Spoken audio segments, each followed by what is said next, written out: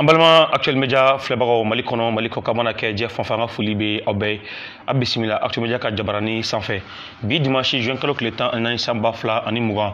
comme anya fa etromina émission dobe ambloni amafoko entretien exclusif o yamuli kase ma boma personnalité boma malikono minu meseka akilna fo akilna mini bebsera chama fam ala oro okumu kono bi anga entretien exclusif kenaka awila kase en fabarni o docteur Choguel Koukala Maïga ni go docteur Choguel Koukala Maïga lete ma duguli MPR président allez mouvement patriotique pour le renouveau au président allez amé allez de barabi amena kuma jamana actualité bawkan femme sena fana au volonté auchlani ou manifestation bamme en cours ka nyalinga ko président ibeka le ka seka fangabla FSD Mado Choguel également minnu ka mouvement du 5 juin ale fana be o cɛbaw fɛ minnu ka ni kɛlɛ ban kɛ o de kun kɔnɔ bi an wele ka se a ma bamanan côté ni be kota i ka jija i ka ta a sunkɔrɔ a bisimila actuel média sanfɛ kuma bi mam bolo o ye abonakɛ ni adenkɛ ye Raskibi bienvenue sur actuel média docteur Choguel Koukala Maïga inikle demaya mba i ka foli ka mi sɛgɛ mun kala se actuel média filɛ ba ma sani an ka don o baro kɔnɔ actuel média filɛ baga bɛɛ fo ko walimando ka fuye ko actuel média yɛrɛ équipe bɛ baara min na n'i y'a mɛn média ka baara ye ka kunnafoni di jamanadenw ma ni jamanadenw ye ko faamu u ye kunnafoni caman sɔrɔ u bɛ se k'u ka droit dɔn n'i ka droit dɔn i bɛ se k'i ka droit exercer n'i ka droit exercer i bɛ se ka jamana taabolo jamana ɲɛmɔgɔw sugandili i bɛ se k'i da la i b'i sago sɔrɔ a la o de ye démocratie ye donc aw bɛ ka démocratie de dɛmɛ aw bɛ ka jamanadenw de dɛmɛ o de kama n b'aw fo a ko a ka équipe fo aw filɛbagaw fana k'u fo. Merci beaucoup an bɛ foli kɛ i yɛrɛ ka da kan an ye wele bili ma malgré ci ka ca i bolo i ma gɛlɛya dɔn a la i ye an bisimila bi i ka so an bɛ o foli kɛ i ye ni émission kelen ni ala sɔnna ma an ka chaîne YouTube bɛ yen a bɛ tila k'a sɔrɔ o fana sanfɛ actuel média ani an ka site web www.actuelmedia.net tonton o b'a to an bɛ don babu kɔnɔ an bɛ a daminɛ ni kibaruya fɔlɔ min o dogolen tɛ mɔgɔ si la i m'a dɔn bi bɛɛ pɛrɛlen don ka i ka jaabi kɔnɔ o kumu kɔnɔ ni o ye manifestation ba minnu bɛ en cours ka laɲini kɛ ko président IBK ale ka se ka walan sɛmɛ bɔli fɔlɔ kɛla 5 juin sani an ka taa ɲɛfɛ fɔlɔ 5 juin bɔli kɔfɛ an bɛ se ka leçon jumɛn tirer o bɔli la. leçon ba min tirera o bɔli la n k'a fɔ fɔlɔ fo 5 juin jɛkulu saba de farala ɲɔgɔn kan ka organiser o ye semasi FSD ani EMK jama min bɔra o don o ma deli ka kɛ Mali la Mali indépendance histoire la o jama ma deli ka bɔ o bɛ mun yira an bɛ min ɲini an ka laɲini ye mun ye Malien majorité laɲini dɔ ye o ye minnu sera ka bɔ an b'a dɔn ko minnu bɛ so minnu ma se ka taa minnu bananen don minnu ye mɔgɔkɔrɔbaw minnu ye banabaatɔ de minnu mana ani minnu t'a fɛ ka taa manifestation la mais u ŋaniya ban fɛ olu yɛrɛ ka ca n'an ye donc an ye leçon ba fɔlɔ min ta t'o la o ye k'a fɔ an ye min fɔ maliyɛnw ŋaniya don min de b'o yira manifestation kɔfɛ an ye jɛkulu i kɛra syndicat o i kɛra parti o i kɛra société civile o i kɛra fêtière o 30 ɲɔgɔn an y'u rencontré tile 2 kɔnɔ a bɛɛ ko an ye min fɔ u sɔnna ma différence min bɛ an ni dɔw cɛ a bɛ laban cogo min na dɔw b'a fɔ ko ni président démissionnera peut-être jamana bɛ na lumulanba an ko tɛna kɛ n'o tɛ caman b'a ko a ma k'olu sɔnna k'u bɛna fara an kan o de y'a kɛ mouvement du 5 juin an y'a élargi sisan jɛkulu caman nana a kɔnɔ olu de ye ɲɔgɔn da lajɛ ka vendredi juma nata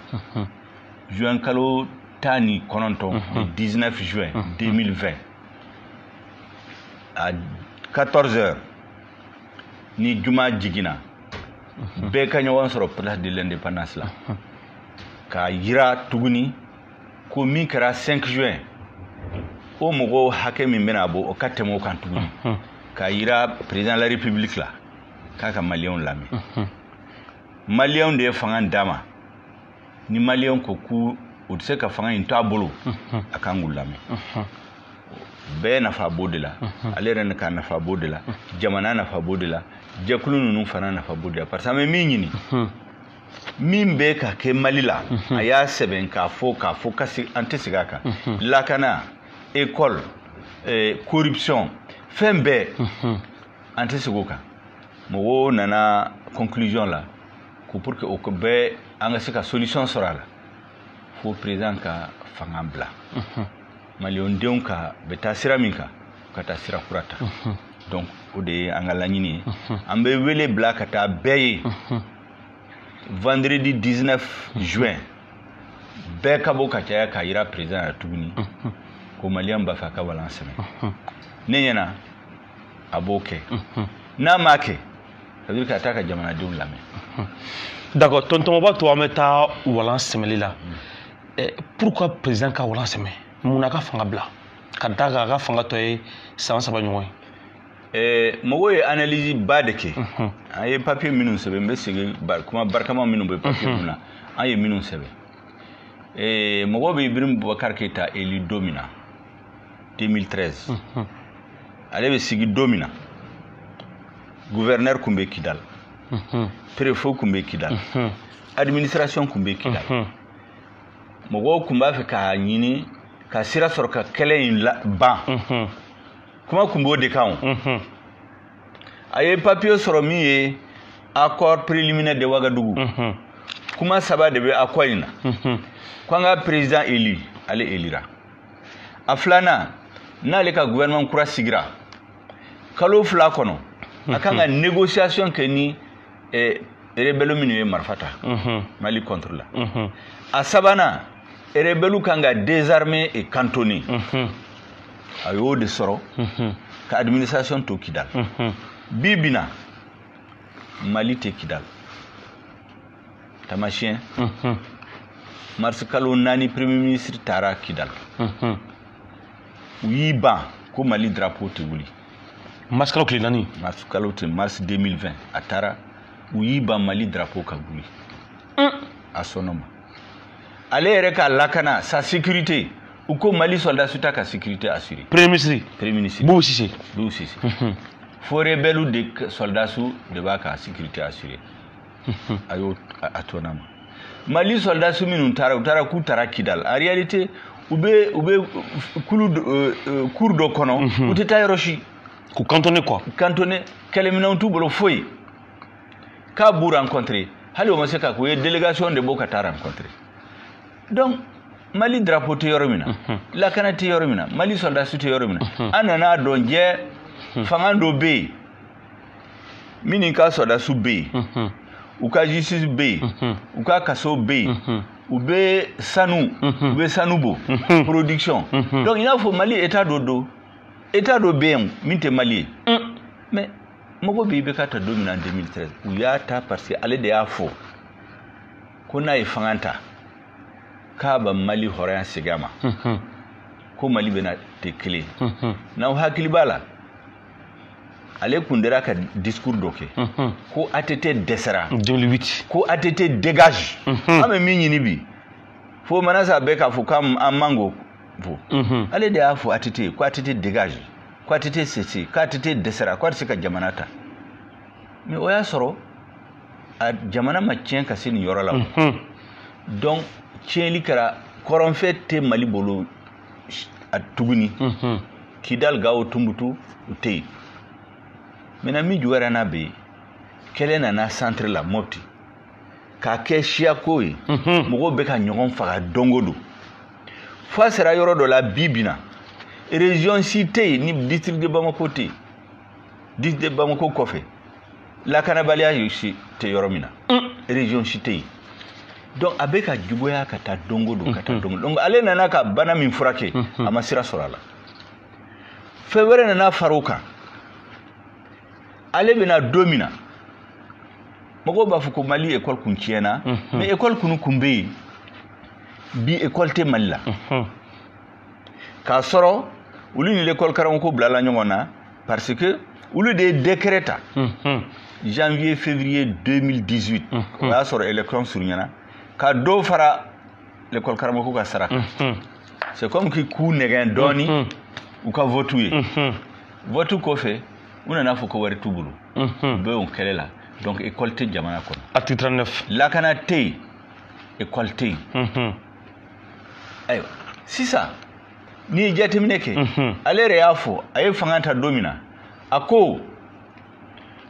la lutte contre la corruption 2014 corruption zéro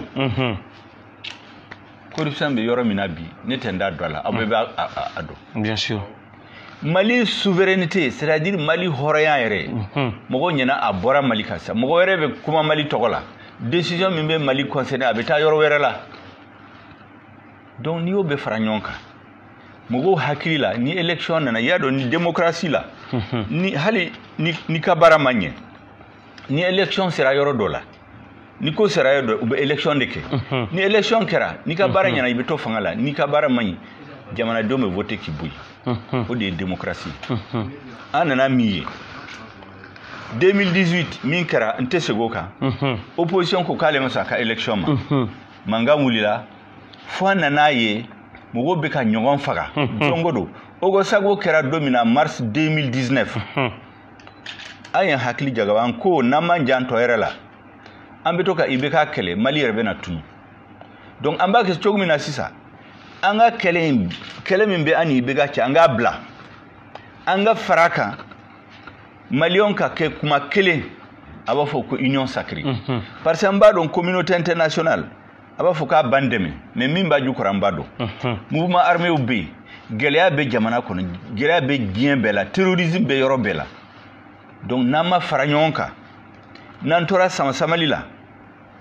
yanni IBK ka bɔ fanga la jamana yɛrɛ bɛ na tunu donc o de kama chef de file de l'opposition Soumaïla Cissé a taara voir o y'a sɔrɔ silamɛw Mamoudou Dicko l'imam Mamoudou Dicko a ye meeting ba dɔ kɛ le 5 avril 2019 o meeting jukɔrɔ IBK y'i profiter k'a ka premier ministre bɔ yen parce que n'i ye premier ministre ye opposition b'a contre la silamɛ ɲɛmɔgɔw b'a contre la syndicat b'a contre la parti majoritaire yɛrɛ a votera contre la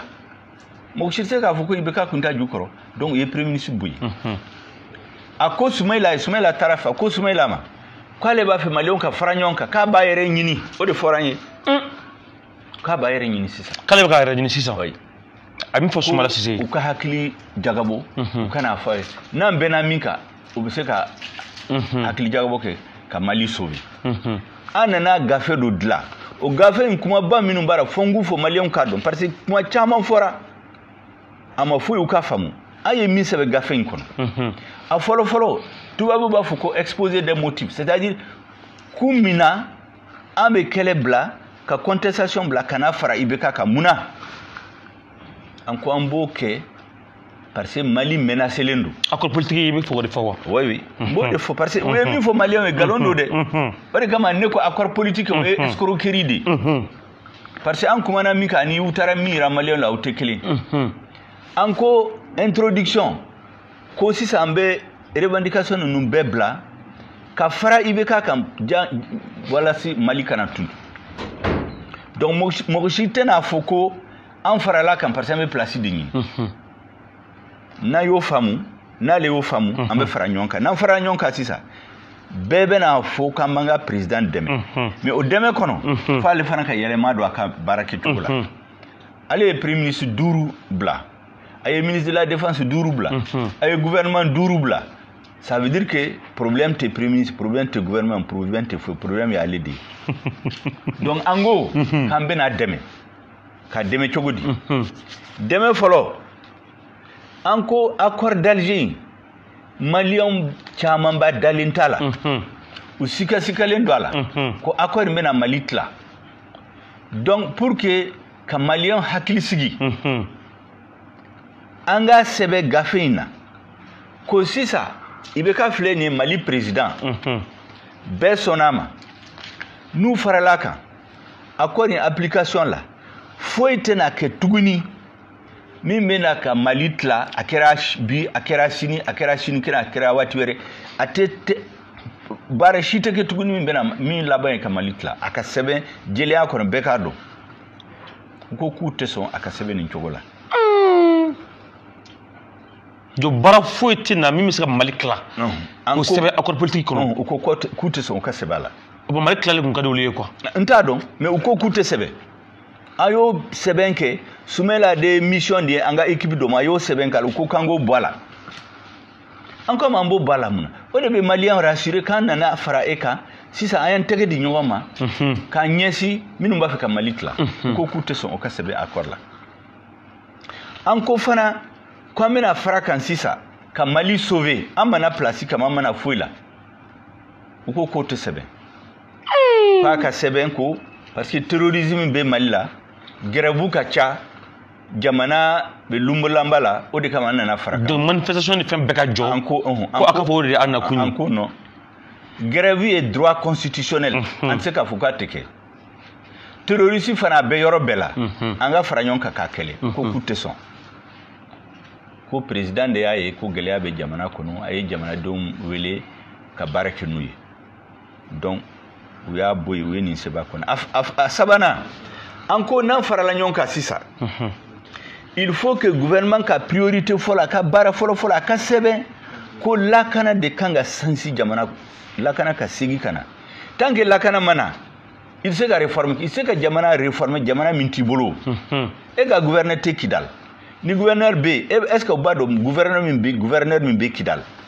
ale yɛrɛ ka lakana u y'i ban Mali soldats ka lakana assuré rebelles de mouvement armé de b'a ka lakana assuré gouvernement bɛ wari sara u ye Mali ka gouverneur yɛrɛ Mali ka gouverneur min bɛ Kidal a ka sécurité mouvement armé de b'a assuré Mali gouvernement bɛ wari sara u ye drapeau jumɛn bɛ o gouvernorat kɔnɔ a t'a kɔnɔ u y'i ban drapeau ka yɛlɛ gouvernorat kan tɔgɔ de b'a la o donc an ko a kan ka sɛbɛn première action fɔlɔ min bɛ gouvernement kura min bɛna min kɛ o ye ka lakana segin Mali la ani administration n'olu kɛra ni lakana sabatira réforme ninnu bɛɛ bɛna kɛ u ko k'olu tɛ sɔn u ko ko fo réforme ko constitution ka yɛlɛma ka réforme administrative ninnu kɛ réforme constitutionnelle lakana taara fo point 5 la donc an y'a faamu ko président bɛ mɔgɔ de ɲini min b'a fɛ ka don gouvernement parce que ale ɲɛna mankan in bɛɛ kɛra pour que ka don gouvernement la. parce que an y'a ye an ni président jɛla ka accord politique min signé a ka maa dɔw taara don gouvernement na opposition maa dɔw. c'est à dire que an ma bɛn o de la an kuma comme an ko an ye kuma minnu sɛbɛn k'u caman parce que ale de ko k'a b'a yɛrɛ ɲini an ka fɛn fɔ a ye a y'o bila ka na a y'u bila kɛrɛfɛ u nana ni kuma wɛrɛ ye ko lakana u ka taa kɔfɛ révision constitutionnelle Sénat fɛn ninnu bɛɛ ka dilan fɔlɔ lakana ka taa kɔfɛ a filanan a tɛ sɛbɛn ko an tɛ foyi kɛ tuguni min bɛna Mali tila à court à moyen à long terme k'u k'o bɔ papiyew la an ko n'o don an tɛ hakili kelen n'an tɛ hakili kelen an tɛ se k'a sɛbɛn an farala ɲɔgɔn kan nin de la jaa y'a dɔn kɔfɛ ko an kun bɛ négociation la jaa u ko n bɛ mɔgɔ de ɲini min b'a fɛ ka don ministériya la u y'o mɔgɔ sɔrɔ u taara u ka accord signé an farala min kan ni min signera o tɛ kelen o de kama ne kuma ko c'est une escroquerie escroquerie politique donc accord politique tɛ mais escroquerie politique oui parce que u taara min yira maliyɛnw na ani an farala min kan o tɛ kelen o donc o y'a yira k'a fɔ ko ka bɛn ni IBK ye a ka gɛlɛn u taara min kɛ tuguni u taara dɔ fara député ka mandat kan ka dɔ fara k'a ka mun de fɔ k'u bɛ député dɔ fara député ka mandat kan mun na ko parce que lakana tɛ yen donc fo lakana ka sigi administration ka sigi réforme min kan ka élection ninnu mankan min wulila élection présidentielle la pour que ka dɔ bɔ a la réforme de bɛna kɛ u y'o de fɔ ka dɔ fara député ka mandat kan juin 2019 ka tila k'a fɔ ko sisan u bɛ ko bɛɛ kɛ pour que élection ka kɛ avant le 2 mai 2020 ka tila ka mun kɛ tuguni ka sariya dɔ voter b'a fɔ ma ko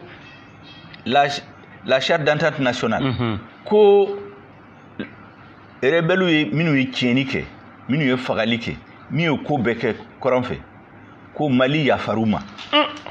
k'a sɔrɔ olu ma yafa ɲini mɔgɔ min tɔɔrɔla fana yafa ma ɲini u fɛ gouvernement y'o sariya voté u ye député bila ka taa ka dɔ fara u ka mandat kan an selen u ye dialogue national sigi mankan caman kɛra dialogue national la mɔgɔ caman ye tɛgɛrɛ fɔ mais mun bɔra dialogue national kuma 4 de bɔra la a fɔlɔ ko ka lakana sigi ka administration sigi ka tila ka élection kɛ ka tila ka accord d'Alger ka relecture kɛ suivant l'article 65 o yɛrɛ n'i y'a ye i b'a fɔ ko janfan b'a la parce que article 65 ye min fɔ article 65 ko yɛlɛma tɛ se ka don accord la ni mɔgɔ saba minnu y'a signé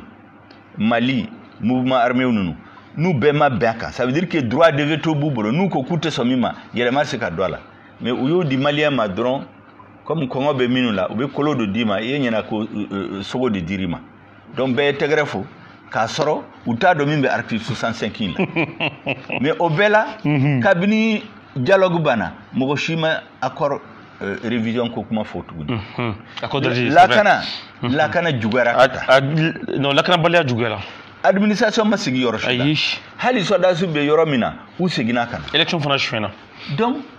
u nana mun de fɔ ko dialogue de ye 2 mai fo avant le mois de mai 2020 ko élection ka kɛ galon don o date u y'a fixé kabini mois de juin kabini u bɛ dɔ fara député ka mandat kan mais u nana kɛ galon ye ka emballer dans un bon habillage k'a di ko dialogue de y'a kɛ mais o tɛ problème maintenant o bɛɛ la mɔgɔ y'o bɛɛ muɲu mɔgɔ ɲɛna n'an taara élection la Maliens sisan dimi b'u kɔnɔ u bɛ voter contre les partis au pouvoir ja an nana min ye u y'a bɛɛ ŋanamu a bɛɛ élection ma kɛ ka se commune si la o m'u bɔ hali yɔrɔ minnu la u ma se k'u sago sɔrɔ u taara 3e tour de organiser cour constitutionnelle fɛ k'a sɔrɔ sariya ko c'est 2 tours o 3e tour kɔnɔ u nana ciseau de tɛ i bɛ nin couper ka dɔ fara dɔ kan ka dɔ bɔ dɔ fɛ f'u ka députéw sɔrɔ min bɛ sɔn Mali tilali ma o députéw ninnu minnu sigilen filɛ nin u sigira baara fila kama ka constitution yɛlɛma ka Mali tilali k'a labɛn ka don constitution ni kɔfɛ n'u na k'u bɛ ko dɔ kɛ n'i ko k'i t'a kɛ u b'a fɔ ko constitution de y'a fɔ ka tila ka découpage administratif min fana kɛ o découpage n'u y'a kɛ a laban bɛna kɛ Mali tilali o député ninnu sigira o de la donc o y'a yira maliyɛnw ye ko mɔgɔ si tɛ se ka na responsabilité la tuguni parce que e bɛ baara kɛ parce que jamanadenw b'i fɛ tant que minnu bɛ fanga la u ma sɔn e ma c'est pourquoi ne ko il y a une oligarchie plutocratique qui a pris le Mali en otage tubabukan la o ye ko mɔgɔ damadamaw bɛ yen min ye wariba sɔrɔ fanga b'u bolo l'armée b'u bolo administration b'u bolo wari b'u bolo u ye Mali de ta en otage n'i ma sɔn u ma u bɛ wari d'i ma na y'a ye mɔgɔ caman bɛ min bɛ i bɛ ka soutenir mɔgɔ caman bɛ min bɛ gouvernement la u tora k'a neni de k'a dɔgɔya k'a tɔgɔ tiɲɛ u y'u wele ka wari di dɔ ma ka place di dɔ ma y'u ma kun donc u bɛ wari di ma u bɛ place di ma n'o ma sira sɔrɔ u b'i bagabaga k'u don kaso la n'o ma sira sɔrɔ u b'a fɔ k'u b'i faga fo journaliste Adama Dramé fo a taara a bɛ France bi n'o yɛrɛ ma sira sɔrɔ dɔw yɛrɛ bɛ se ka faga Birama Traoré journaliste dɔ o t'a dɔn taara Birama Touré donc fanga min b'o la mɔgɔw sirannen don maintenant tubabu b'a fɔ la goutte d'eau qui a fait déborder le vase c'est-à-dire fɛn a falen don i dɔ wɛrɛ fara kan tuguni dɔ wɛrɛ fara kan dɔrɔn a bɛ bɔ o kɛra cour constitutionnelle ka baara in cour constitutionnelle taara ka 3e tour de organiser o de y'a tiɲɛ bɛɛ bolo 3e tour cour constitutionnelle 3e tour de kɛ o mais o fana la maliyɛnw minnu bɔra k'a fɔ k'olu ma sɔn a ma u ye mun de kɛ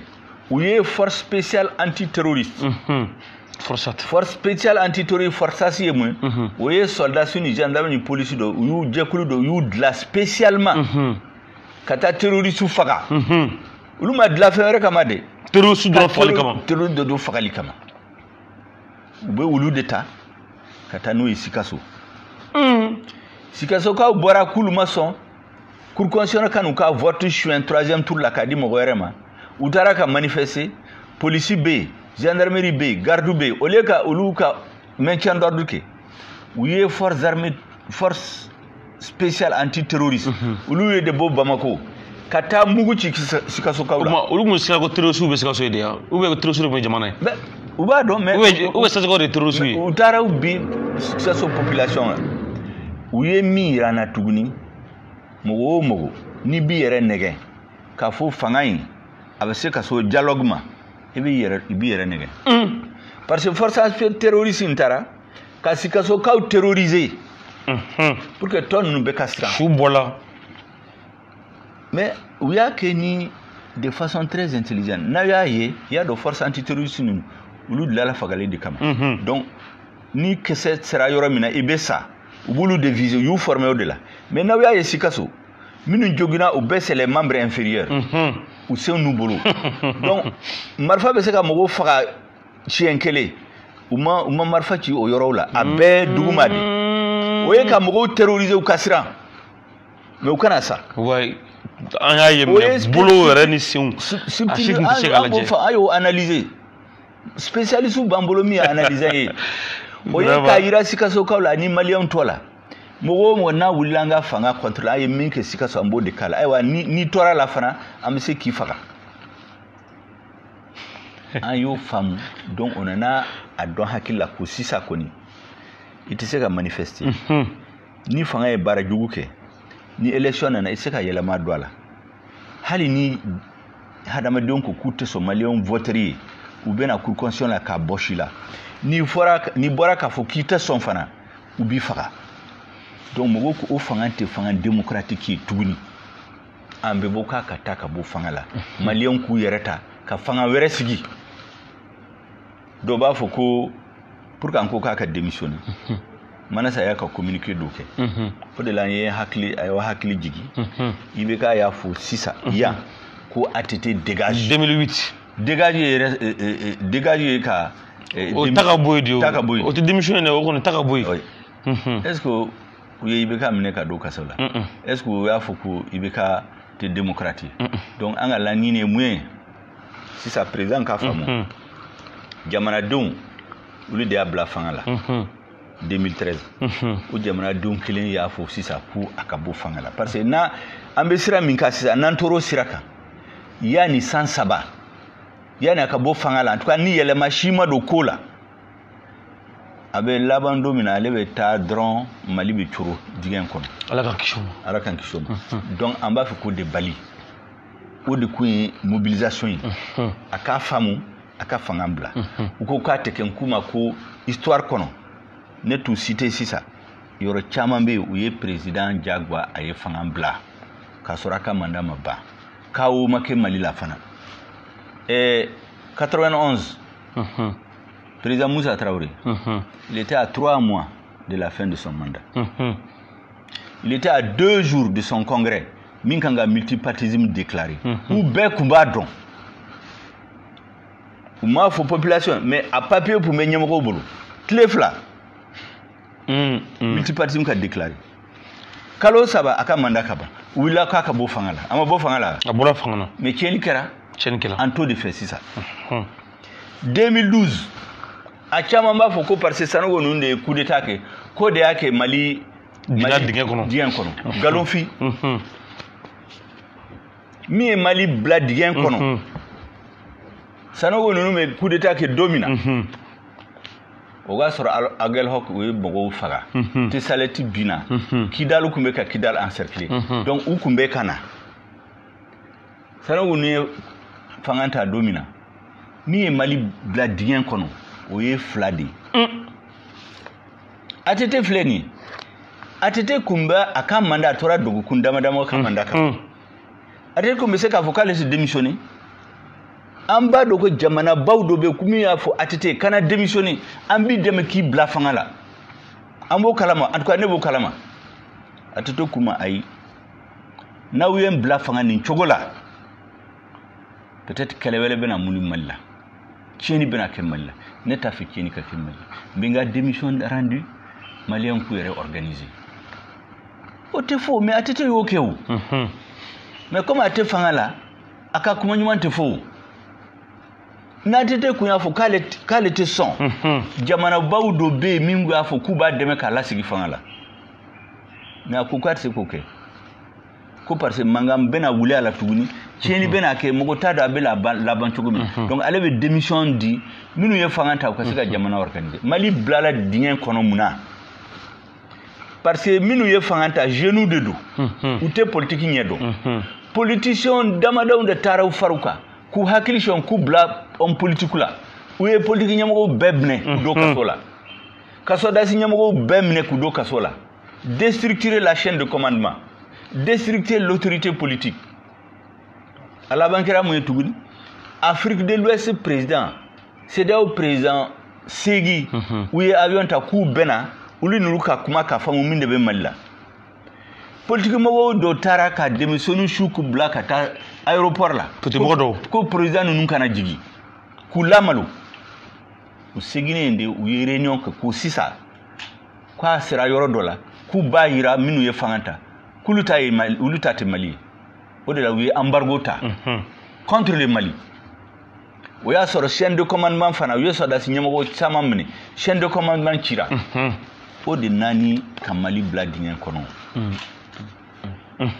mais sisan bɛɛ b'a fɔ ko parce que coup d'état kɛra o de kama Mali bilala dingɛ kɔnɔ c'est la gestion de l'après coup d'état o de Mali bila dingɛ kɔnɔ donc k'a fɔ ko président se ka démissionner ko ni président démissionnaire qui aura le chaos c'est pas vrai deux fois les présidents du Mali ont quitté avant la fin de leur mandat. Est-ce que ni Alpha te président Mali mi yaka fanga laban yɛrɛ ni Alpha te est-ce que président Mali mi yaka fanga bɛ laban ate donc vraiment n bɛ se ka exemple caman di yɔrɔ min na population bɔra président min élira population bɔra u ko k'a ka bɔ fanga la a bɔra fanga la tiɲɛli kana kɛ jamana kɔnɔ an b'o de ɲini bɛ k'a fɛ mɔgɔw b'a fɔ ko n'a bɔra y aura le chaos ça dépend minnu bɛna fanga la n'u y'a kɛ de façon désordonnée u bɛna jamana tiɲɛ mais n'u y'a kɛ ni hakili baara ye o de ka ɲi i bɛ k'a yɛrɛ ma parce que ni jama min bɔra le 5 juin n'o ɲɔgɔn bɔra ne dun b'a dɔn dɔ bɛ fara o kan n'ale ko k'a tɛ bɔ fanga la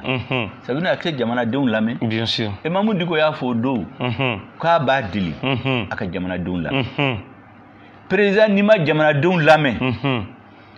fɛn bɛɛ b'a la e ma sigi ni min ye ala k'an kisi o la ala k'an kisi o ma donc ne kɔni bɛ min fɛ u b'a fɔ en français tubabukan na le plus important pour un homme politique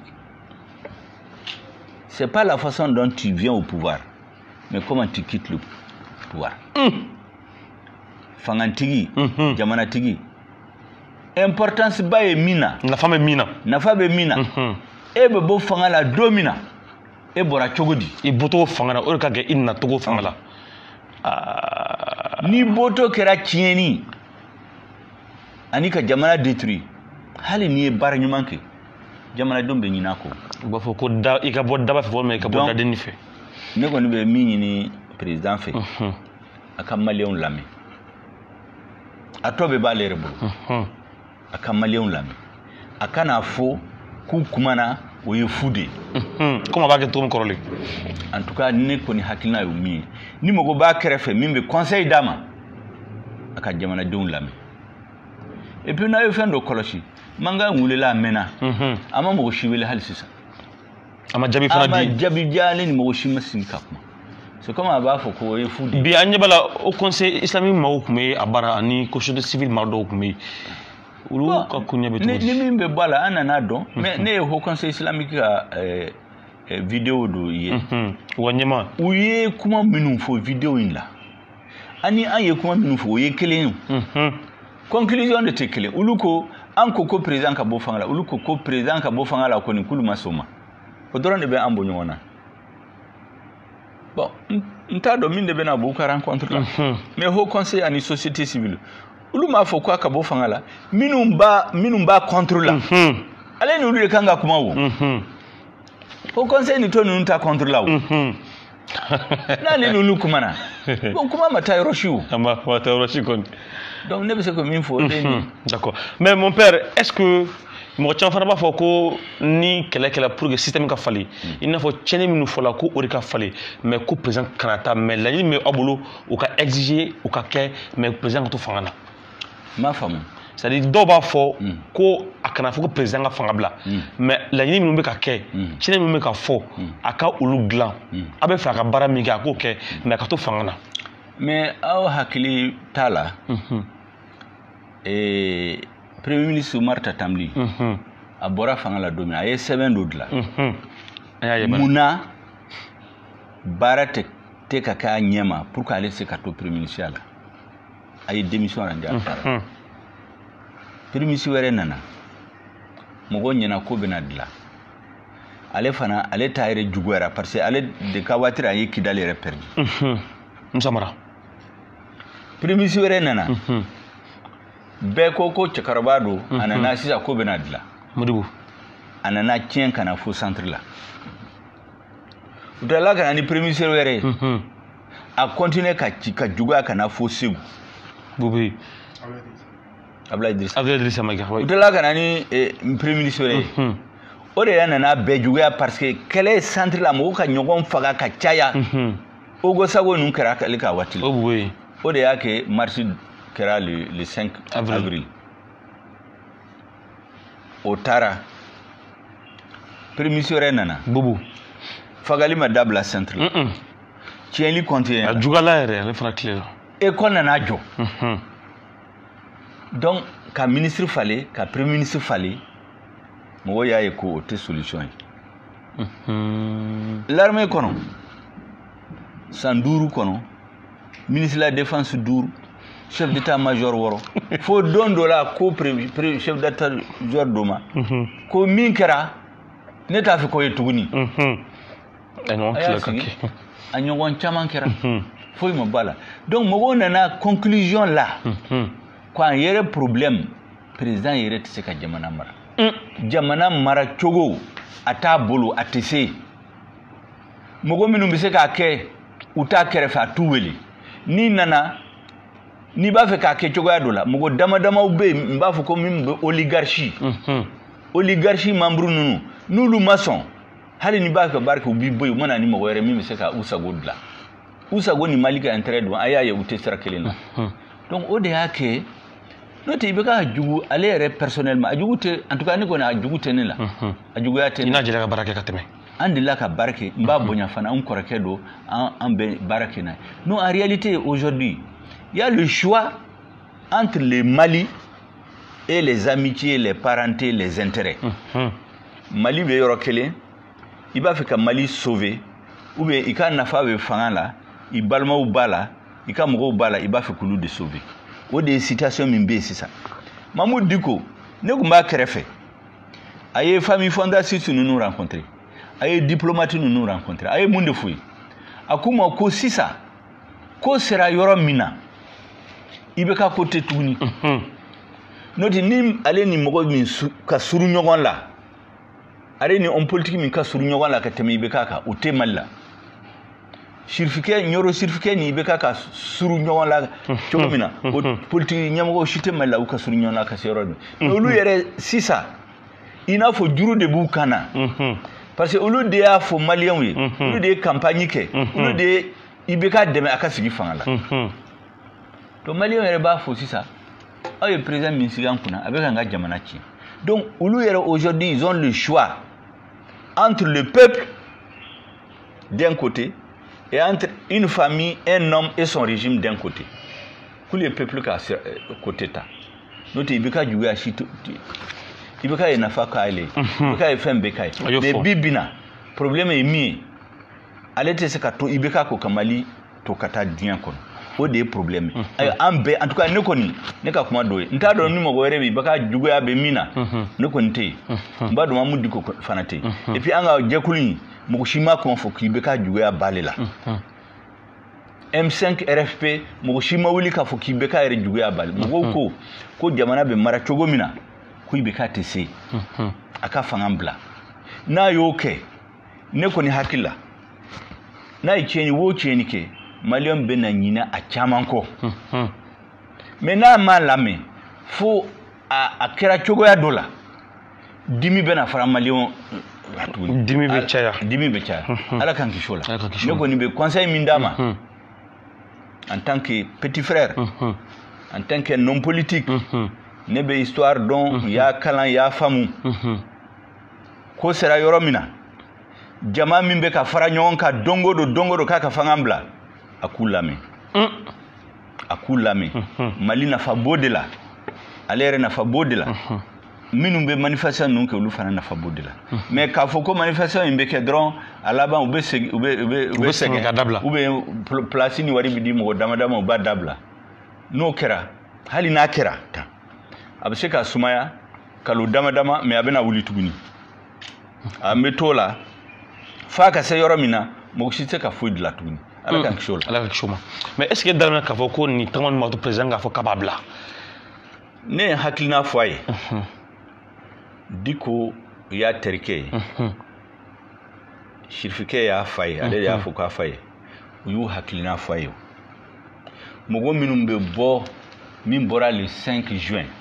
ani minum be na bo le 19 juin akulame mogo minum ba kerefe min ba fo kana fangambla et éliraw démocratiquement était légal akanu lamede ya yiraw la sisa ko yoro chamala ani mali ere kono président kumbe ko manda bubulu no bora fangala sira do fe an to fe ko kanga jamana la tumi meto ka fendo fo mo gonyana dobe yele ala baka yele ko me yele côté c'est de la pédagogie yaso ka président sigi jamana kuna c'est comme mo minim bita permis ni permis ibi ka campagne ke ibena minke jamana kono iba fo jamana deun c'est comme minim be permis kala alaba cour constitutionnel be ya maria dima chauffeur be permis dama aka mobili boli e fana ka sigi jamana nyemogoyala ka jamana labara mais ni tora dongo di be accident ke permis ou dongo do accident ke ni mogo massa fendo be kien atise ka dla alaba be munde kala te moli mi ka permis mine be permis mine parce que nous ma permis mine a cheni barka be buya mobile fana be nati la cour constitutionnelle les élections c'est un permis pour diriger peuple de be permis dima il ka diriger ni peuple sera yoro dola aya famu ko dongodo accident beke dongodo tienli beke droit be peuple bola kafie permis a dinema taisigi mbe mogo were nyini mimi se ka permis mimi se ka mobile bul mogo ko famu parce que do be sigi aka manda ma ban en vide constitutionnel il y aura le chaos mais il y a dans l'histoire de l'humanité humanité est histoire kono changement mbaw kera uye constitution black refe constitution est mouye jamana don bena minka ka jamana la bara o de be black constitution la bebe barake o sirafe maintenant sera yoro da fanga min banko ale re bora constitution la ka barake chogoyer la est-ce que sharia be cour constitutionnel boro aka troisième cour organisé au élection là o te sharia la sharia te ya maria du gouvernement shibolo ika force antiterroriste ta katika jamana don faga sharia te mogo shibolo mogo shi atabolo ika toka changer premier ministre chef d'état-major ministre de la défense dongodo ama yekuna sini mogo be mangala ko président ere kabui président na munke ay premier ministre kurasigi mogo be manganchi premier ministre min kama aya na no de sigi comme ka fo mogo na vraiment obe manga milawe tlonge de na maulameo amango ke ale ni mogo kunkanga sigi mimi se ka kafu nous sona akany nous mason fana en ce moment il tire les leçons donc bɛɛ ɲɛna sisan ale tɛ président yɛrɛ min bɛ jamana kɔnɔ situation bɛ min na a t'a kalama o situation bɛ niveau min na ne ɲɛna a t'a kalama parce que n'a b'a kalama n'a b'a dɔn n'a fɔra a ye k'i sigi a tɛ foyi fɔ a se k'o kɛ o maintenant an bɛ ala deli ala ka hakili ɲuman di bɛɛ ma amin yani vendredi a ka kuma maliyɛnw ye n'a kumana fana maliyɛnw b'a lajɛ est-ce que kuma in a b'u nisɔndiya n'u y'a fɔ k'a m'u nisɔndiya a k'u lamɛn maliyɛnw bɛ min fɛ a k'o de kɛ o de ka di ale ma o de ka di mali ma o de ka di fɛn ma n'u taara kɛ bras de fer avec les peuples maliens mɔgɔ si tɛ gagner la o mɔgɔ si tɛ gagner peuple de bɛ gagner ala ka hakili ɲuman amin rabi sani an ka bɔ bɔrɔ kɔnɔ ɲininkali dɔw bɛ yen an tɛ se ka bɔrɔ n'an ma o tɛnku i la mon père mɔgɔ caman b'a fɔ ko ministre caman jɛla ka baara kɛ ni IBK ye e yɛrɛ bɛ o ministre fɛ ko waati min a tun bɛ ministre la ko a ma a fɔ ko IBK ka mara taabolo ma ɲi mais ko a bɔlen ministre la ko a bɛ ka fɔ ko IBK ka mara ma ɲi k'a ka fanga bila dɔw ko est ce que o tɛ jɔyɔrɔ ko ye ko waati min a kun bɛ yen a ma fanga critiquer mais a bɔlen a bɛ ka critiquer i bɛ se ka jaabi jumɛn fɔ maaw ye bi ne b'o walawala kosɛbɛ parce que e ye question min pose a diyara n ye ka se yɔrɔ min na parce que maliyɛnw bɛɛ b'o kuma fɔ minnu b'a ɲɛdɔn minnu t'a ɲɛdɔn minnu bɛ mauvaise foi o minnu bɛ bonne foi bɔ fo n k'a walawala ka n'i bɛna gouvernement la i bɛ ka fɔlɔ ne k'a dɔn ne i bɛ ka dɔn a bɔra Adama la don min na mɔgɔ si tun tɛ sigi n'a ye k'a bɛ kɛ président ye a ye ɲɔgɔn minɛ o don an taara ɲɔgɔn fɛ Espoir 2002 la 2002 a tilala ka na 2013 parti fɔlɔ min y'a soutenu deuxième tour la parce que mɔgɔ bɛ ɲina ko dɔ ko premier tour la IBK ye 39% de sɔrɔ IBK a ye majorité relative sɔrɔ parce que mɔgɔ ɲɛna a ye 77% in sɔrɔ de lui-même a ye 39% de sɔrɔ premier tour la o de y'ale ta ye dɔw nana fara kan parti minnu fara kan c'est sur le premier parti min ye sɛbɛn bila ka taa k'an b'a soutenu MPR. Le premier parti, il avait 39%. Partout, Tchaman a Faraka. Il 77% sur les clés. Aflana, Soumela Sissemi a Kachalange. Soumela Tarafa Kasso, Ka Barkada Kafou. C'est comme si Soumela Fana Swanama. Ça veut dire qu'il y a une unanimité sur Oma Delika qui est Afrique, là, Oma Delika qui est Djamana Chila. Donc, légitimité, Minkumba Bolo. Président Chimasoro. Espoir min sutitelen do malien président Chimasoro ayaka gouvernement fɔlɔ sigi tatamli ne ma do gouvernement la mais an tora ka soutenu Musa Mara nana fanga la premier ministre la an y'a soutenu donc ne ma soutenu parce que n bɛ gouvernement la o y'a soutenu ka sɔrɔ ma do gouvernement la o ye kelen a filanan maintenant mɔgɔw k'a faamu n'i nana gouvernement la décret fila de bɛ d'i ma décret fɔlɔ e kɛra ministre ye décret flana e nana baara min kɛ a filɛ nin ye parce que mɔgɔw ɲɛna n'i bɛ gouvernement la i b'i da don kumaw bɛɛ la i t'i da don kumaw bɛɛ la dɛ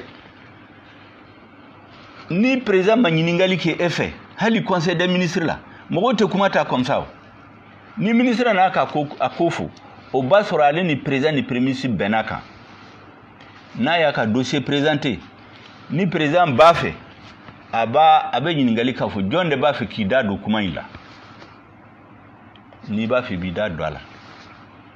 hali ni gouvernement bɛɛ ko k'a ka kɛ cogoya dɔ la ni président kelen ma sɔn a ma a bɛ to président ta la mɔgɔw t'o fana dɔn vote tɛ kɛ gouvernement la parce que peuple donc vote tɛ parce que peuple est président de élu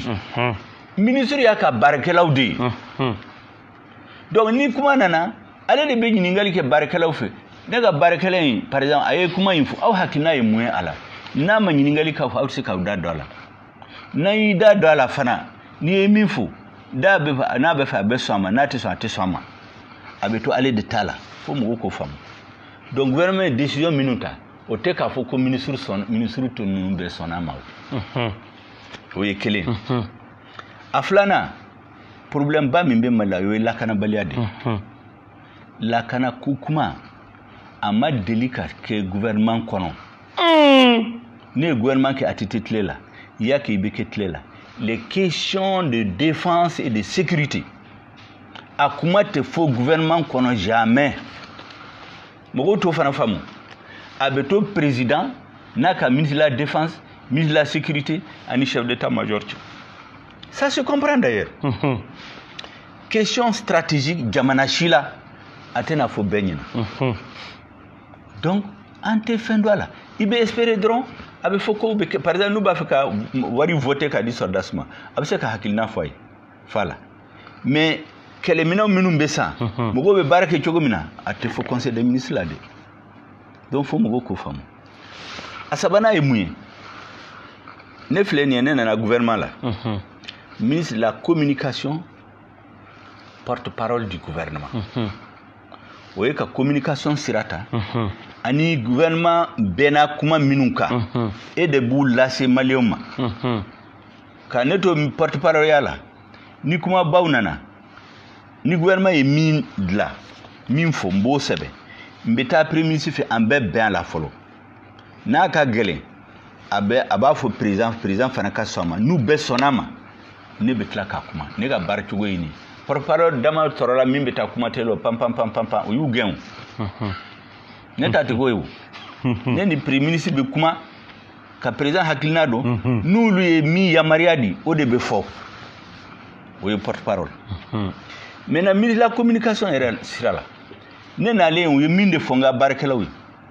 ya do ni ministre chamana na obe conseil o be gen kanun ka parti mo ne ma deliko kew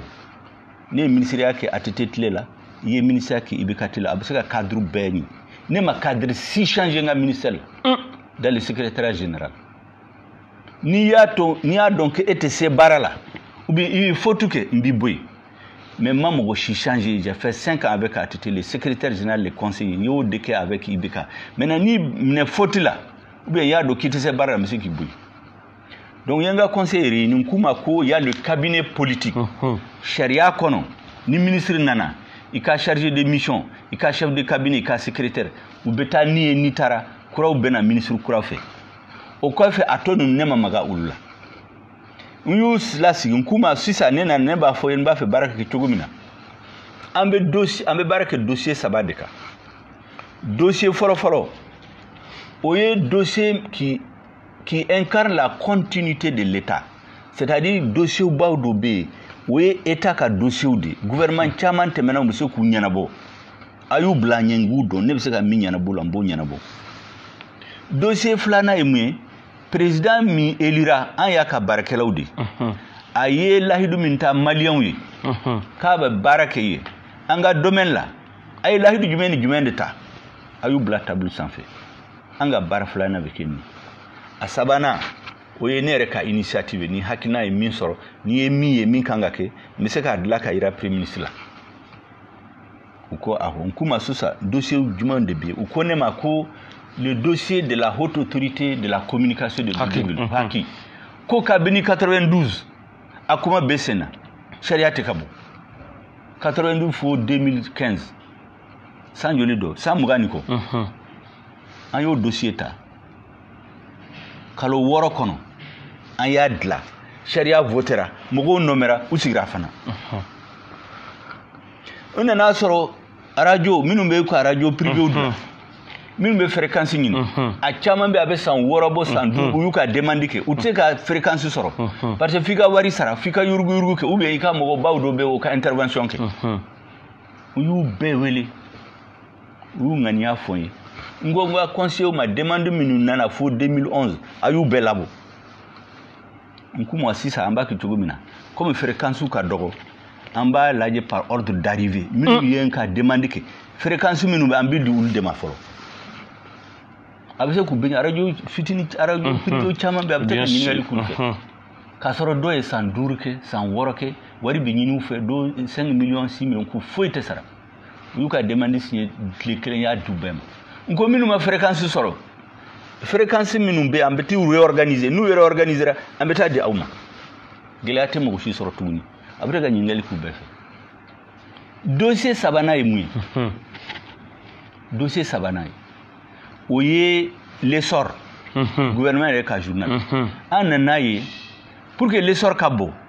fu beta imprimer privé ou la ka 4 millions sara clé ou clé parce que imprimer tout boulot avec ça mugani duru imprimer tout boulot ça mugani duru L'essor imprimerie tout boulot. Faut que privé fait 4 millions tous les jours. Comment le gouvernement est un journal de imprimer privé au fait. Ayo de là où il y a imprimé Kurosoro, il y a un ministère. Il y a sur ORT, il faut que la réforme de l'audiovisuel. Le gouvernement n'est engagement à cabinet 2006 au niveau de l'Union internationale de télécommunications de Genève, Djekoulouba B engagement pour la transition numérique terrestre, la télévision numérique terrestre. Donc il faut que ORTM réforme, que Djekouloufla, CMTD ani ORTM. Aye sans konontanke amanyanabo. Ne n'allez en 8 mois. Aya nyanabo fo na hakili bala gravu chama kunkera ORTM la budo. Aya nyanabo. Aye posta. Ne kombe poste réorganiser ni organisation kaba ne bora fangala. Maintenant ye kuma ba fana dota. Ntara AMRTP la. Ne beta AMRTP la domina atowe ku CRT. Atede de yanwele akoma monsieur le ministre mba fika ka service inta ka ordre do dans le secteur. Mbata domina. Ou siège ku villa Corolendo de Badalabougou. Gouvernement de ba location sera 250 000 francs par mois. Na utara bi AMRTP yoromina ne bora ne bebo AMRTP nyamwa la domina. Ou siège ni kuluba ko fe gouvernement bâtiment chité min kanyi katemaleka. Kasoro kumbe location la ne seben la ka ke ministre de domaine gouvernement manga télécommunication secteur subventionné. Subvention kanga ta santé, éducation, armée, agriculture là. Katlaga papier outa. Il y a sur dia juruba ou de société de télécommunication on a faut 6 milliards 500. Moko chite son ka nyinu fe. Ku jaga uka bana parce que bébé sira. Yu jaga yo saraw. Siège dora là. Gouvernement kaka fréquence min be utiliser jamana kono. Akera aviation, akera fin rêve. Gouvernement ne sait qu'à contrôler. Il y a un équipement moderne sans cas du gouvernement. Gouvernement lutte anti-terrorisme. Ka équipement soro, ka fara ka fanganka, ka seka kelenki, la lutte électronique. Nous y tieni que Grand Bassam Côte d'Ivoire. Nous y tieni que Hôtel Radisson là. Nous y tieni que la terrasse. Demain min kera ka nunu mne AMRTP barabalaw kaneto AMRTP nyamwala équipement moderne min dira fangama moko manyi ne fe anga de aneni nga cadre de initiative de o kofe ne nale o watila uka saraka dogo ni malion beka saray mbebo yan domina abita nyini ngale uka saraka boni fonctionne be malila moko na be barake gouvernement uka saraka bonay. J'ai laissé 60 milliards cash dans les caisses. 60 milliards cash. Au Témali soir là-haut. Où il y a secteur de télécommunications et de la communication. Maintenant, les technologies de l'information. Président, il y a l'ahidou d'ota étudiant, oui. Quand on a l'écran président, un étudiant, un ordinateur. Béyame. Il y a un collaborateur sur un président Ibeka. Il y a ni 2018 cassé. Mba fait akase ki jo malien nyana. Konye ni lahidu tan ya dafa. Donc ay projet de delaye. Et comme ministre de l'éducation m'a étudié à du Mali 2015 à quoi à peu près 120 000 130 000. Il y a ni 2018 ABC faut peut-être 180 millions. On a un projet de là de 200 000 ordinateurs. La présidente c'est qu'a dit Bema do rebeto ya c'est qu'a dit organisation ni ONG ni tonuma mais c'est qu'a fo 2018 ne wallahi do tan ya dafa parce que aya ka barkelawdi aya dossier de là aya ka financement kanga sorocho gomina ayo identifié aya appel d'offre lancé 45 jours atora dogu kumfla ne c'est ben soroka bo premier ministre fait ko nega dabla. Parce que nous avons une femme, ministre, elle n'y va faire barake, ni premier ministre maçon, ni président maçon, il va bla. Parce que il y a barake là dit. Et vous chideni. Et vous chideni. À quoi n'est-ce bla? Mali kono, o waati la u y'a sɔrɔ dugu ba 17 ba 3 de bɛ Mali la 13000 villages o y'a sɔrɔ 3000 villages téléphone tɛ olu la maliyɛnw t'a ɲɛdɔn yɔrɔ caman na téléphone tɛ o 3000 villages donc n ko yani i bɛ ka mandan ka ban en tout cas a ye domaine min confié na a ka se k'a fɔ ko yɔrɔ si tɛ yen ni téléphone t'o yɔrɔ la a y'o projet monté a y'a financement identifié an ko k'an b'a lancer premier sugu ne k'a bila jeli bɛ premier la waati ne t'a fɛ ka tɔgɔ fɔ ne bɔra dɔra janvier 2015 n bɔra juin 2016 aw yɛrɛ ka hakili jagabɔ kɛ mais mɔgɔw ka do do faamu a tɛ k'a fɔ don o don ni min sago sɔrɔ i bɛ démissionner a tɛ kɛ tan n'i y'a kɛ tan hali i ka du la ni mɔgɔw tɛ se ka bɛn gouvernement kɔnɔ ni président ni premier ministre ma sɔn fɛn min ma i b'a to olu ta la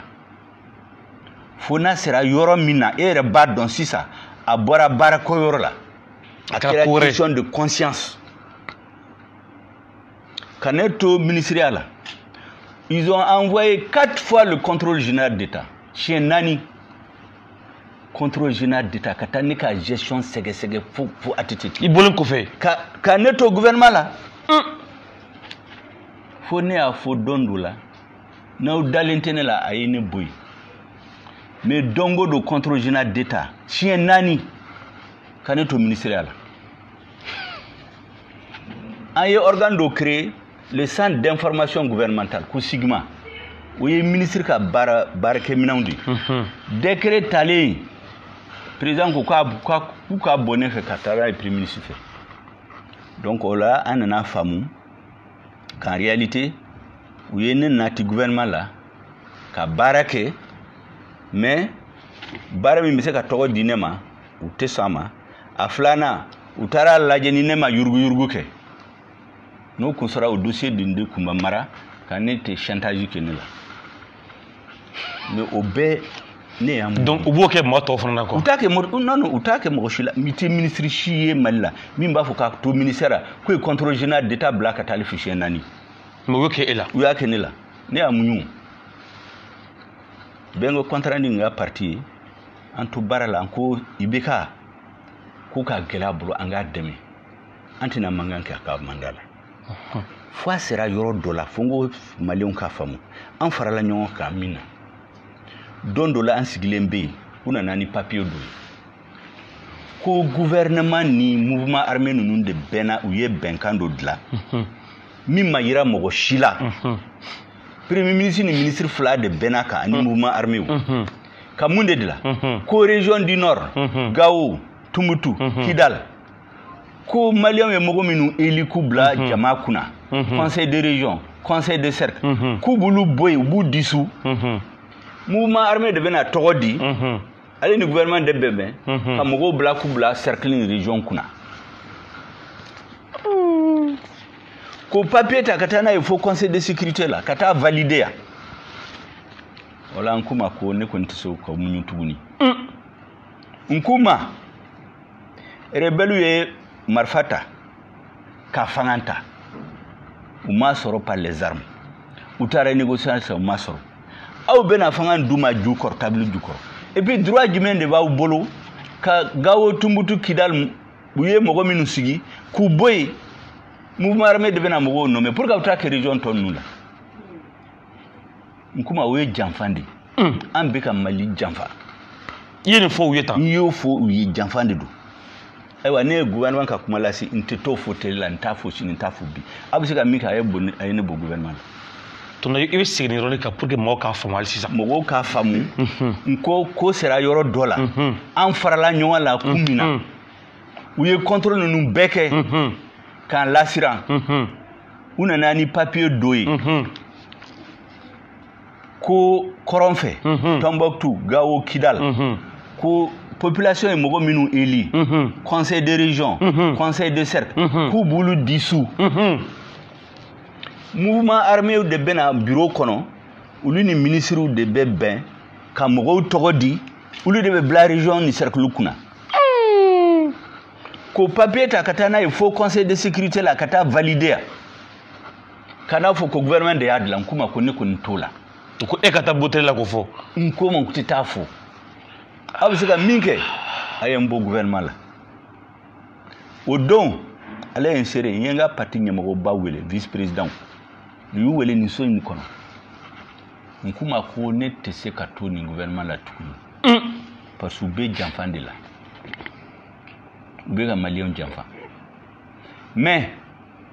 ne t'a fɛ ka IBK gêner donc n tɛ mankan kɛ n bɛ lettre sɛbɛn k'a fɔ ko de me libérer des fonctions de ministre pour convenance personnelle n tɛ don a la k'a walawala pour que ni papier bɔra mankan kana k'a la n b'a ci premier ministre ma a bɛ n bɔ gouvernement la sans bruit parce que mɔgɔ bɛ ni caractère mɔgɔ bɛ ni jogo don ne tɛ mɔgɔ min min mankan ci ka tɔgɔ ɲini ne t'o la o parce que Mali la a b'a fɔ ah démissionnera il est courageux donc de la démission ninnu souvent c'est les incompétences ou bien fɛn wɛrɛ b'a ju kɔrɔ mais e ni baara in kɛ ne ta yen e sɛbɛn ci ma fana ne i jɔn fɔlɔ i ye sɛbɛn in yira n ka parti ɲɛmɔgɔbaw n y'a kɛ munna fana n y'a f'u ye mais n k'u ma peut-être ne de bɛ fili la peut-être IBK ye min kɛ ou bien gouvernement ye min kɛ olu de ta ka ɲi mais c'est le temps de bɛ na yira n na donc ne t'a fɛ ka mankan ci a la n b'a fɛ u k'an bɔ gouvernement la sutura la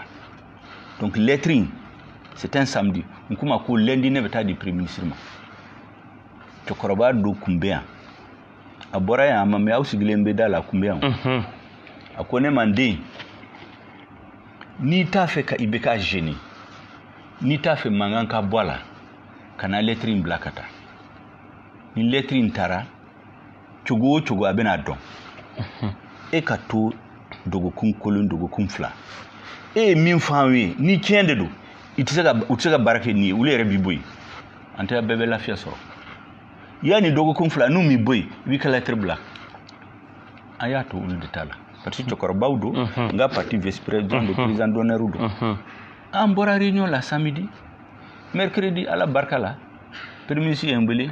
ko ye yɛlɛma don gouvernement ko ne bɔra n ko a ma ko monsieur le premier ministre n bɛ kuma fila de f'i ye yanni n ka bɔ i ka bureau kɔnɔ kelen a y'o fara bureau kɔnɔ ka nin f'i ye a ye n fɛlɛ n sigilen a ko ne ma k'u bɛ gouvernement falen ko ne bɛ bɔ gouvernement la n ko a ma est ce que n bɛ se ka kuma ta ko n ko n bɛ kuma fila de f'i ye i b'a fɔ président ye ko n b'a fo parce que an ka Mali an ye miliyɔn 20 ka ne kelen sugandi k'an kɛ ministre ye o ye honneur ba dɔ ye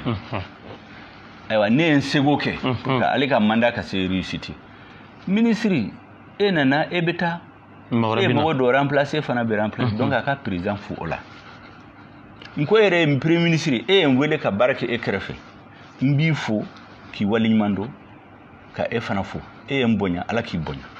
u y'o fɔ a ye ka bɔ bureau la n taara n ka bureau la le même jour avant 19h ne ye passation de service kɛ n ka minɛnw ta ka taa so le même jour parce que ne ye n ka ko labɛn a mɛnna o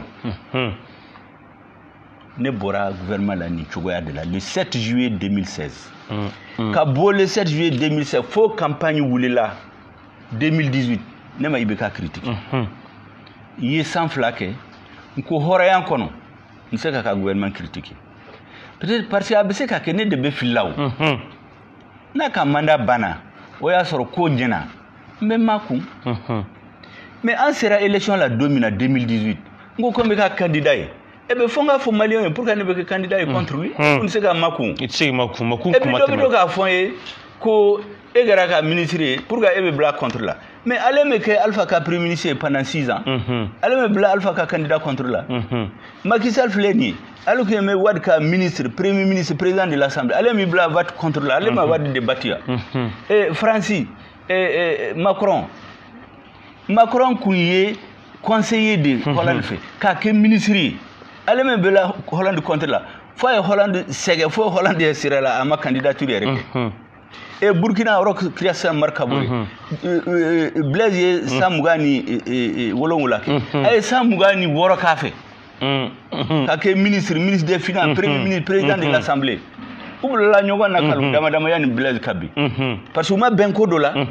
donc mɔgɔw kana to k'a fɔ ko e bɛ gouvernement la de e b'a contre la ne ma deli ka IBK nini peut-être ministre dɔ bɛ min y'a dɔgɔya ne ma deli ka olu be mene ne ma deli ka dɔgɔya parce que o tɛ ne ka éducation ye n kɔrɔkɛ do n ka président do ayiwa ne ye san 1 ni tilancɛ kɛ gouvernement la kabini ne y'a ye ko bɛ ka lonbolanbaya tɛ kɛ cogo ɲuman la n ko n b'a fɛ k'a voir k'a ye ka hakilina fɔ ye n ma se k'a ye don kelen pendant 1 an et demi fo ne bɔra gouvernement la ne ma se k'a ye gouvernement ka kuma lase la o bɛ fɛ ka président ye ka kuma dɔ fɔ ye k'a yira la e ye san 1 ni kalo damadɔ kɛ i ma se ka président i ɲɛna ne ni ale ka sigi e don ale ka kuma lase la ye ne ye gouvernement ka kuma lase la président ka porte parole bɛ yen i y'a faamu gouvernement ka kuma lase la donc mɔgɔw k'a faamu ko caman bɛ yen baara la mɔgɔw t'a ɲɛdɔn ne ni tɔw tɛ kelen ne ma deli ka président nini 2002 ka taa 2007 la ne tun bɛ ATT ka gouvernement la 2007 dɔ ko ne k'i présenté ATT contre la n kuma ko ne se k'o kɛ ne ye baara kɛ a fɛ san 5 an ye bonya de sɔrɔ a ka baara la a bɛ ka baara min kɛ fana a ye lahidu minnu ta a bɛ k'u waliya kelen kelen ne se ka n bila contre la parce que n t'a dɔn n bɛna mun de fɔ maliyɛn o de kama n ye ACT soutenu en 2007 maintenant a deuxième mandat a y'a ka deuxième mandat kɛ cogo min na o ye fɛn wɛrɛ ye a élira a ye ne bɔ gouvernement la o tɛ ne ka kuma ye mais n'i y'a des présidents e ka ministre 7 nana kɛ candidat ye ka bila i contre la c'est-à-dire kun dɔ b'a jukɔrɔ mais ne ma deli ka i bɛ k'a dɔgɔya n ma deli k'a neni hali bi bina mɔgɔw bɛ ka kuma juguya fɔ ne t'o la hali ka to élection kɔfɛ an bɛ manifestation min kɛ ani Sumayila ni FSD mɔgɔw ninnu dɔw tun b'a la min b'a neni ne kuma k'u ka nenini dabila Sumayila kuma k'u ka nenini dabila a caman bɛ min ma nenini dabila mais u taara k'a ka ministre ye ne ma deli k'o kɛ o donc an bɛ i bɛ k'a bonya fo maliyɛnw k'a faamu k'i to gouvernement la o tɛ k'a fɔ que tu es responsable du tout mɔgɔ fila de bɛ gouvernement ka responsabilité ta le président de la république ale bɛ fɛn bɛɛ kalama c'est lui le responsable ani premier ministre ministre i b'i ka coin la i b'i ka baara kɛ ni ɲininkali kɛrɛ fɛ e b'a dɔn n'u ma ɲini fɛ e t'a fɔ hali n'i y'a fɔ u bɛ se k'a bila kɛrɛfɛ u t'a ta en compte fo mɔgɔw k'o faamu donc a diyara n ye question in poser parce que o bɛɛ maliyɛnw bɛɛ kun maa b'o fɔ su ni tile pour que aw kun b'a fɛ de pour que aw kun ta ne ye exemple min d'aw ma kɔni o bɛ se ka exemple ale yɛrɛ Macky Sall François Hollande Macron ale Burkina président o b'a yɛrɛ dans le monde c'est comme ça n'i ye mɔgɔw sugandi n'a sera yɔrɔ dɔ la e yɛrɛ y'a dɔn ko e tugura ko min na ko min kama a y'o sira bila mais i b'a bila mais diinɛ ɲɛmɔgɔw an fa sirifikɛ ɲɔrɔ sirifikɛ ani Mamudu Diko olu ma mun de fɔ Mamudu Diko bɛ to k'a fɔ ko n dar'i la a to a ɲɛfɔ n ye de bamanankan na ko ziiri dɔ bɛ yen n ma da i la o ka fisa n dar'i la ka tigɛ i la n ma da i la o ka fisa n dar'i la ka tila ka tigɛ i la olu kun dala la o ne yɛrɛ kun dala la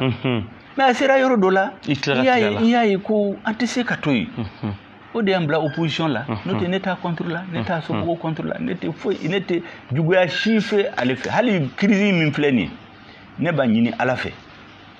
i bɛ ka hakili ɲuman sɔrɔ a ka peuple lamɛn pour tirer les bonnes conclusions kumaba minnu bɛ fɛ ka fɔ ne ka Ala deli crise a ka se ka ban lafiya ni basigi la n'a banna fana Mali ka sira ɲuman ta pour commencer à résoudre les problèmes qui sont posés depuis des années pour que Mali kana tunu Mali ka wuli tuguni k'i jɔ un Mali debout un Mali fier dans le concert des nations en beau de fait hakito bala sali ala Mahamadu d'accord labana le 19 boli am sa signé mun le 19 boli an bɛna réunion stratégique ko comité stratégique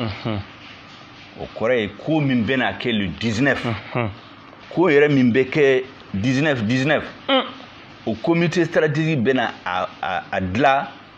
k'a ɲɛfɔ militaire yanni u ka taa yɔrɔ la sisan n b'a fɔ mɔgɔw ka bɔ donc ni meeting dɔ bɛ di marche do o bɛ décider commission de stratégie à la dernière minute sisan mɔgɔw ka bɔ u laɲini ye min ye président ka démissionner o kan ka sɔrɔ cogo min na o bɛna fɔ à la dernière minute ala ko yirana ɲɛmɔgɔw bɛɛ o comité la an b'a fɛ a ka kɛ basigi ni jeleya kono tiɲɛni kana bɔ a la tɔgɔtiɲɛ kana bɔ a la ka mɔgɔw lamalo kana bɔ a la an ko fana Mali kan ka exemple di dans l'histoire ka fanga falen yiri kelen makari feruju kelen makari bitigi kelen ma jeni goudron kelen kana jeni joli gutu kelen kana bɔ un grand mouvement populaire et pacifique ni mɔgɔ bilon kelen bɔra i bɛ ka bɛn n'u lamɛn o ni mɔgɔ damadama bɔra u bɛ bolosi bila ka tu donc mɔgɔw ka bɔ ka caya n'u bɔra ka caya mɔgɔ si kana siran foyi tɛna mɔgɔ si sɔrɔ n'Ala sɔnna. n'Ala sɔnna i ka foli ka lase filɛbagaw ma. k'an bɛ Actuel Média filɛbagaw bɛɛ fo ka jeunesse fo surtout n'a y'a lajɛ aw bɛɛ ye jeunes de jeunesse kan ka exemple ta aw de kan aw m'aw sigi k'a fɔ ko fo gouvernement ka baara d'aw ma aw yɛrɛ wulila k'aw ka initiative créatrice o de bɛ jamana taɲɛ an ka jamana u bɛ mɔgɔw kalan bɛɛ bɛ bɔ école la ka n'i sigi so f'u ka kɛ fonctionnaire jamana minnu développera Amérique Japon Australie Angleterre u bɛɛ n'i bɔra école la i bɛ n'i ka entreprise créer mɔgɔ minnu dɛsɛra olu de bɛ kɛ fonctionnaire an dun fɛ u b'a fɔ ko n'i bɔra école la dɔrɔn i kan ka kɛ fonctionnaire donc aw de ye exemple ye minnu bɛ ka entreprise créer a kɛra média o a kɛra commerce o a kɛra industrie o n b'aw fo ka waleɲuman dɔn jeunes ka exemple ka aw jeunes ka bɔ le 19 pour leur avenir ne ɲɛna ni fanga yɛlɛmara avec ce mouvement de masse mɔgɔ si tɛna tulonkɛ maliyɛnw la tuguni parce que bɛɛ bɛna fɔ fanga yɛlɛmara 91 fanga yɛlɛmara 2012 fanga yɛlɛmara nin sen in na ni n b'a fɛ ka bɔ lafiya la n ka baara kɛ ka ɲɛ dɔn ne mandat ka ban ka taa ni n taara ka ko ɲagami u bɛ se ka wuli nɔfɛ tuguni donc il faut que les Maliens donnent l'exemple d'un changement démocratique populaire pacifique ne ka wele di ni pacifique n bɛ n sinsin o kan tiɲɛli si kana kɛ neni kana kɛ foyi o de b'a yira que le peuple est un grand peuple c'est un grand peuple qui a une grande histoire bon kuma baw minnu bɛ n fɛ ka fɔ o de ye nin ye hakɛto b'a la sali ala Muhamadu an balima Actuel Media filɛbagaw Mali kɔnɔ Mali kɔ kan mana kɛ diɲɛ fan fan an ka foli bɛ aw bɛɛ ye tuguni aw tun bɛ k'a ka émission min lamɛn lajɛ bi o ye entretien exclusif an tun bɛ an fa bara ni o ye docteur Choguel Kokala Mayiga parti min bɛ bɛrɛtɔ min ni o ye MPR mouvement patriotique pour le renouveau o président ale ye an kumana jamana kɔnɔ kibaruba min bɛ yen ni o ye juin kalo tile 19 maliden bɛɛ kan ka bɔ ko ka laɲini kɛ président ka se ka fanga bila a kumana o kan an tun bɛ fɛ k'an da don a ka livre la mais wagati a ta an tɛgɛ ma ni ala sɔnna don wɛrɛ an bɛna o sigi kɛ uniquement spécialement livre min ni a y'a bɔ les rébellions au nord du Mali an bɛna kuma o kan a balimakɛ ni a denkɛ tun bɛ ka ɲininkali tɛnku a la araske bɛ a b'a fɔ a kan bɛn a ɲɔgɔn wɛrɛ ma wasalamu